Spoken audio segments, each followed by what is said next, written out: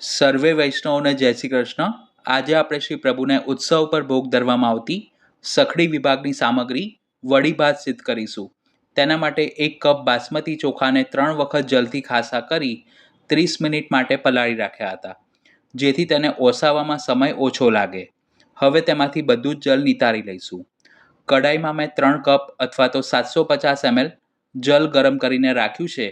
આ ઉકળતા જલમાં પલાળેલા ચોખા ઓરી તેને ખુલ્લા ઢાંકણે મધ્યમથી તેજ આંચ પર 10 થી 12 મિનિટ માટે થવા દઈશું અને વચ્ચે વચ્ચે ચમચા વડે હલાવતા રહીશું, જેથી ચોખા કડાઈના તળિયે બેસી ના જાય। 10 થી 12 મિનિટ પછી ચેક કરીએ તો જે ચોખા છે તે 80 થી 90% જેટલા રંધાઈ ગયા છે। તમે તેને પ્રેશર કુકરમાં પણ રાંધી શકો છો। અત્યારે આપણે ઓસાવેલા ભાત બનાવ્યા છે, જેને સાદી સખડી કહેવામાં આવે છે। હવે ગેસ બંધ કરી આ રીતના એક મોટા બાઉલ ઉપર ચાળણી અથવા તો કાણાવાળો વાટકો ગોઠવી તેમાં સાદી સખડી કાઢી લઈશું, જેથી વધારાનું જલ નીતરી જશે અને ઉપરથી બીજું 2 કપ સાદું જલ કરીશું, જેથી તેની કુકિંગ પ્રોસેસ બંધ થઈ જશે અને ભાત રૂમ ટેમ્પરેચર પર ઠંડા થઈ જશે।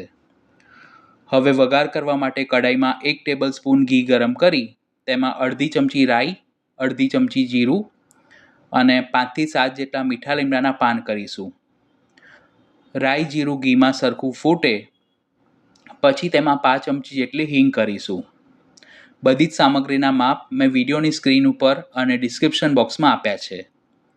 તૈયાર કરેલા વઘારમાં પા કપ એટલે કે 1/4 કપ જેટલી તડકામાં સૂકવેલી ચોળાની દાળની વડી કરી તેને 2 થી 3 મિનિટ માટે થોડી બદામી રંગની થાય ત્યાં સુધી સાંતળી લઈશું। તેના બદલે તમે મગની દાળની કે અડદની દાળની વડીનો પણ ઉપયોગ કરી શકો છો, પણ વડી ઘરે બનાવેલી હોય તેવી જ લેવી।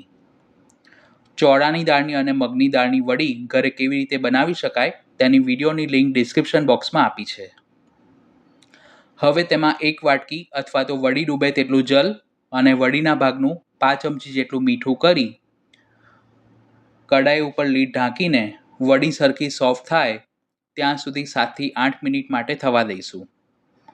આ રીતે વડીને દબાવીને ચેક કરીએ તો તે અંદરથી બિલકુલ કડક ન રહેવી જોઈએ।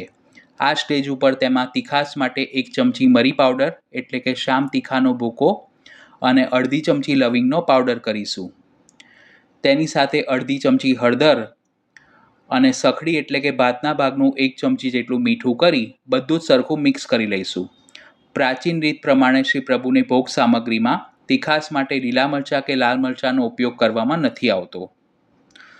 હવે તેમાં આપણે જે ઓસાયેલા ભાત અથવા તો સાદી સખડી સિદ્ધ કરીને રાખી છે તે પધરાવી તાવેથા વડે હળવા હાથે મિક્સ કરીશું।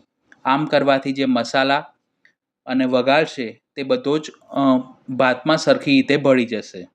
આ સિવાય પણ મેં ચેનલ પર વેંગણ ભાત, શક્કરટેટીના ભાત, આમરસ ભાત, દહીં ભાત અને શિખરંજ ભાતની સામગ્રીની વિડીયો પોસ્ટ કરી છે, જેની લિંક ડિસ્ક્રિપ્શન બોક્સમાં આપી છે। હવે કડાઈ પર ફરીથી લીડ ઢાંકી 2 થી 3 મિનિટ માટે ધીમી આંચ પર થવા દઈશું। છેલ્લે ગેસ બંધ કરી તેમાં 1 ચમચી લીંબુનો રસ અને થોડી સમારેલી કોથમીર પધરાવી મિક્સ કરીશું। જો તમે પહેલેથી સાદી સખડી બનાવીને રાખી હોય તો આ વડી ભાતની સામગ્રી સિદ્ધ કરવામાં ફક્ત 10 મિનિટ જેટલો સમય લાગે છે।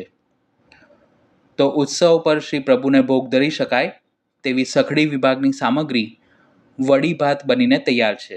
આ સામગ્રી મેં મારી સમજ પ્રમાણે સિદ્ધ કરી છે। આપ આપના ગુરુઘરની રીત તથા આજ્ઞા મુજબ કરી શકો છો। સામગ્રીને પાત્રમાં સાજી ઉપરથી કોથમીરથી સજાવટ કરીશું। તો આપ જો શ્રી પ્રભુને સખડી ધરતા હો તો આ સામગ્રી ઉત્સવ પર ઘરે અવશ્ય સિદ્ધ કરજો। સામગ્રીની રીત પસંદ આવી હોય તો વિડીયોને લાઇક અને શેર કરવાનું ન ભૂલશો।